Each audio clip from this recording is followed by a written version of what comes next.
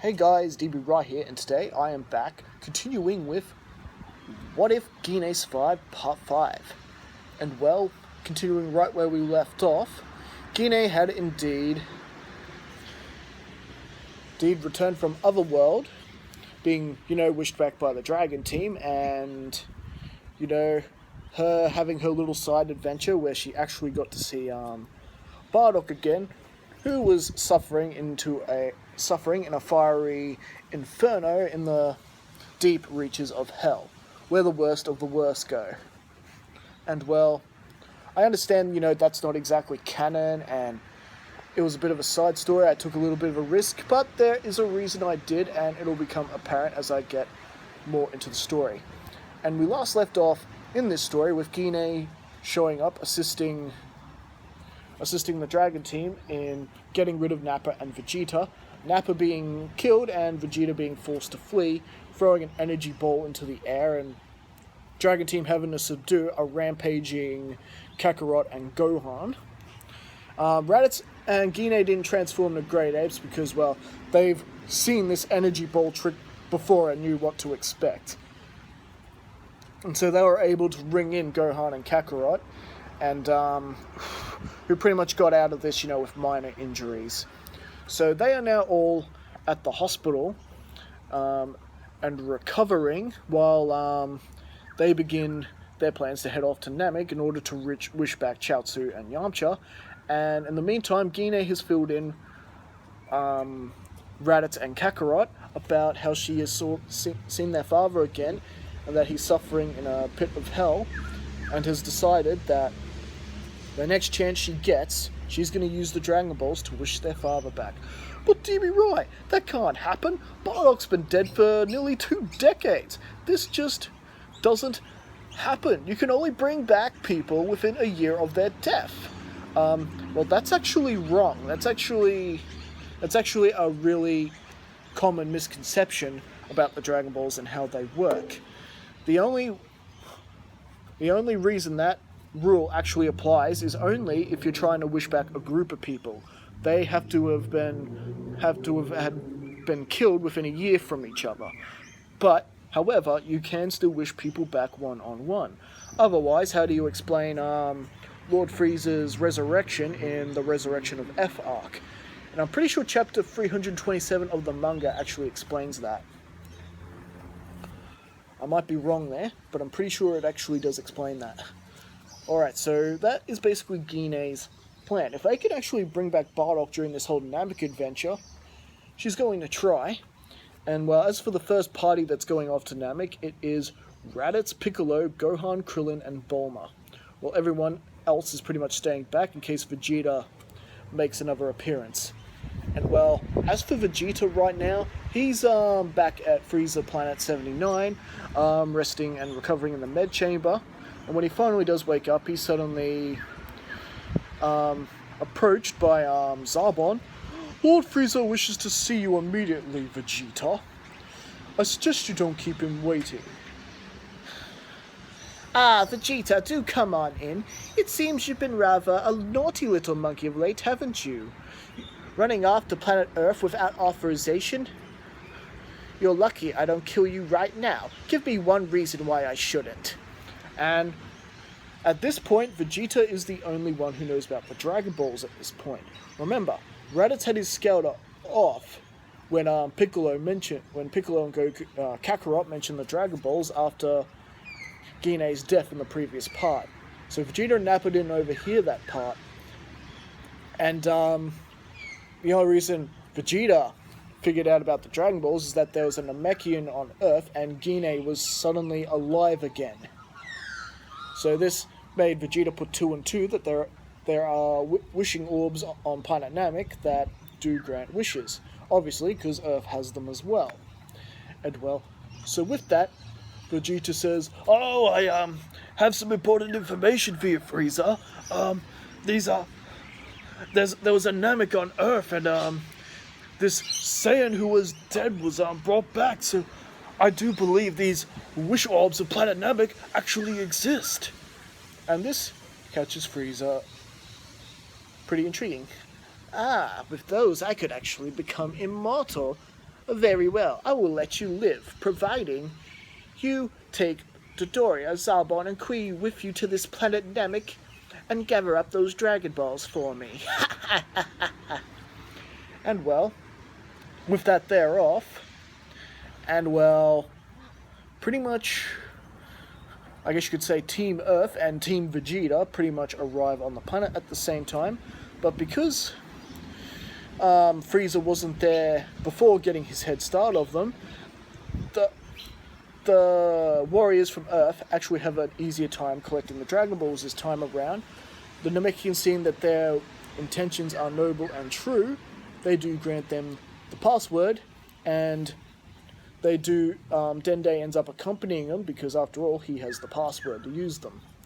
And well, in the meantime though, Vegeta and Zarbon are wreaking havoc on other villages, trying to gather Dragon Balls themselves. And yes, they do manage to grab one or two of them, but right now Team Earth has the advantage in the head count, and well, with that, they are eventually taken to the eldest Namek, Guru, who is, he's still dying, but not because of, heartbreak of his people being wiped out, or rather, I'd say he is pretty much now, because Vegeta and Zarbon are having a field day. And well, with that, they are granted his Dragon Ball, making what the Earthlings got 5, and of course, Raditz,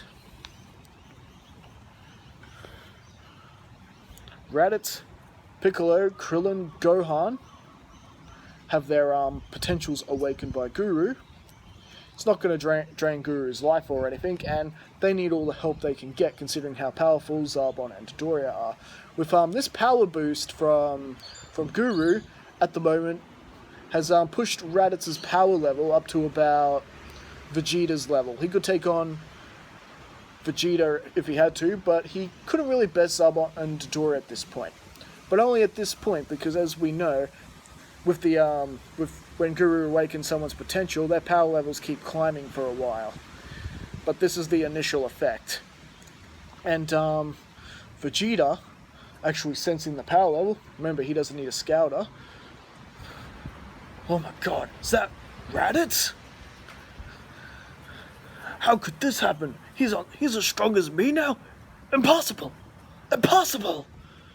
And well, and of course sensing all these other power levels that are pretty high, not as powerful as he and Zarbon and Dodoria are, but they're still pretty high. If they end up battling with them, well, this isn't going to go well for Vegeta. So at this point, Vegeta uses this opportunity to attack and destroy Dodoria and Zarbon.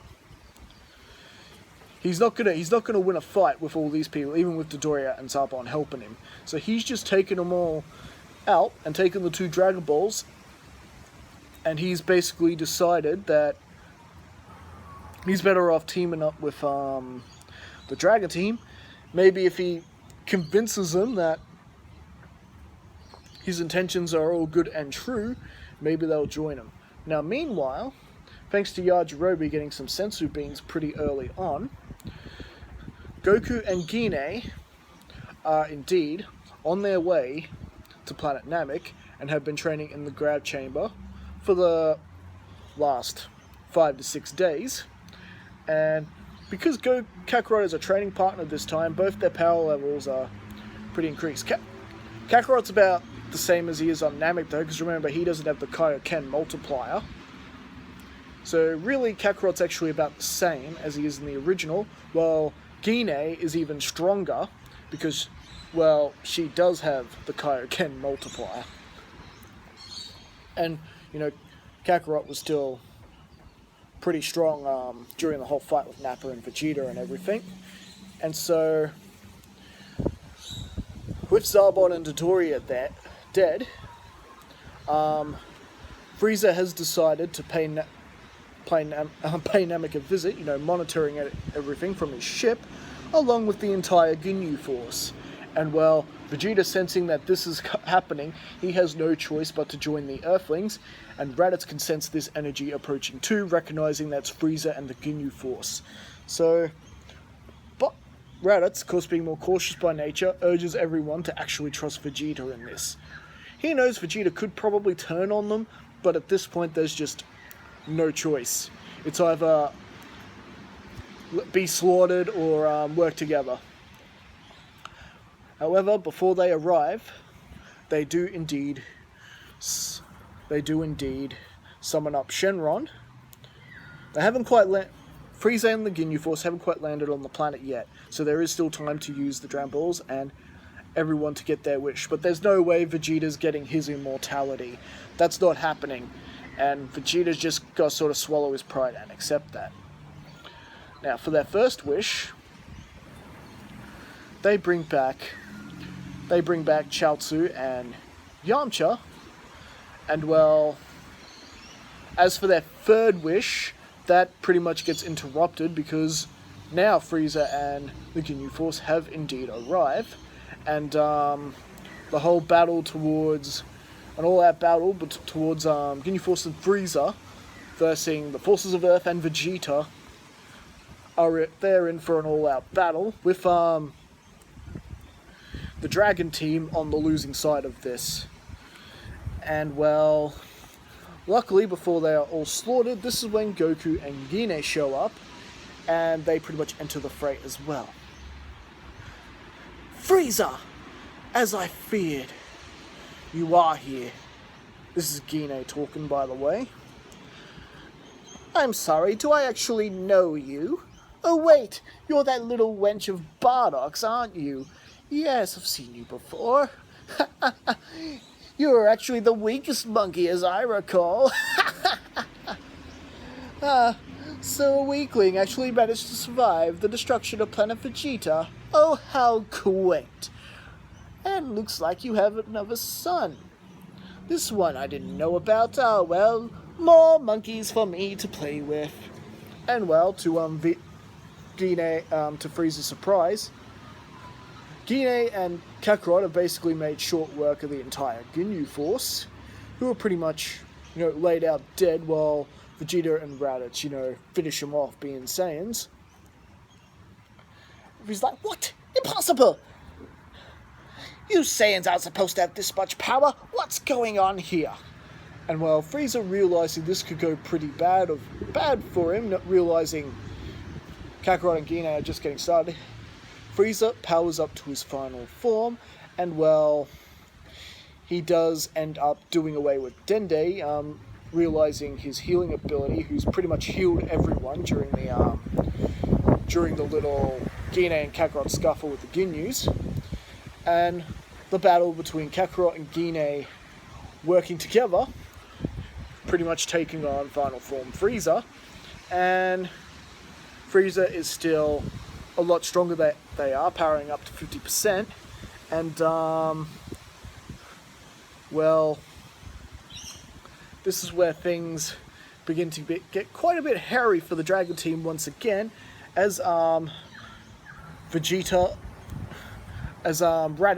gets in the way of Frieza's death beam shot, and being essentially taken out by Frieza. Don't worry, he's not dead, he's just taken a really bad wound. He's just going to be taking a bit of a sleep. And well, you just pushed the Gine button, pal. Gine horrified by this. My planet? My husband? My entire race wasn't enough for you, Frieza? Leave my family alone! And a transformation occurs over Gine. Gine has transformed into a Super Saiyan. Oh wow, cool, ma! And well, Frieza is in for it now. Gine is just walloping the hell out of Frieza, and Frieza can't really seem to do much at this point. And Vegeta just bewildered by this transformation. Of all people, she's the Super Saiyan? I must learn to do this myself. And well, with that, everyone else pretty much joining in the fray here. Goku powering up a maximum Kamehameha, and Vegeta also powering up a super-powered Gallic gun, and Frieza also firing a Super Saiyan Max power Kamehameha. Frieza just can't stop all this, and Frieza is killed. And luckily, before he could blow up the planet, and relatively, most of the Namecs were actually relatively unscathed. So, meanwhile, back on Earth, King Kai has actually asked Kami if he could actually restore the Dragon Balls and allow them to reuse them. You know, just this once. Just this once. You know, after all, Kami did that for Goku before, during the King Piccolo arc. No reason why he couldn't do it again. And with that, the Dragon Team, Kami uses the wish to restore everyone who was killed by Frieza and his men. Vegeta, who of course was working for Frieza at the time, all the Namekians they killed and the villages that Vegeta, Zarbon, and Doria wiped out were all restored, and this restores Dende, as well as the rest of the Namekians, who pretty much ask, okay, what do you want your final wish to be? And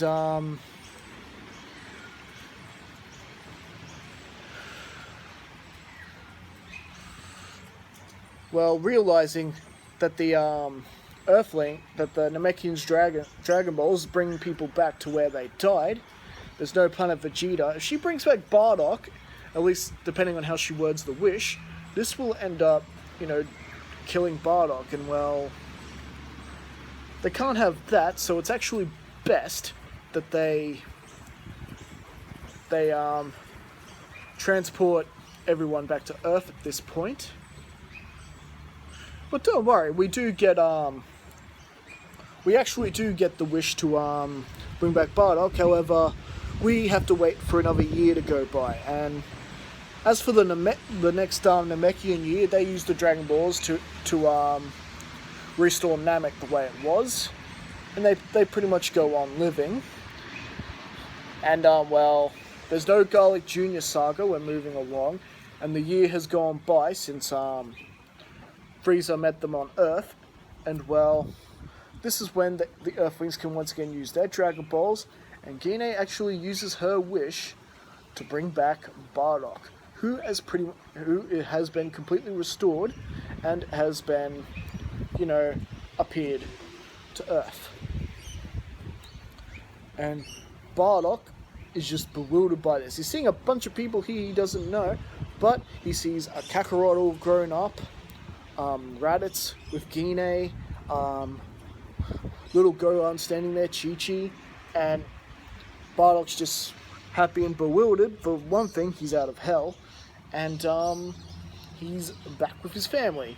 Of course, he's going to have to take a bit of time getting used to how things work on Earth and everything, and I think that's actually where we're going to leave things for right now. So what do you guys think? Yeah, you didn't think I was just going to let Bardock, you know, rot in hell like that. I mean, I am a huge Bardock fan. So, you know, where are things going to go from here? How are things going to work out during the Android saga, you know? Is it possible that we are going to get Barne in this What If, as well as she was in the What If Bardock Stopped Lord Frieza arc? And yes, very possible. And we'll be back with that next time. I gotta get going. Don't forget to like and subscribe, and I will see you guys again next time. Alright, catch us later. See yous.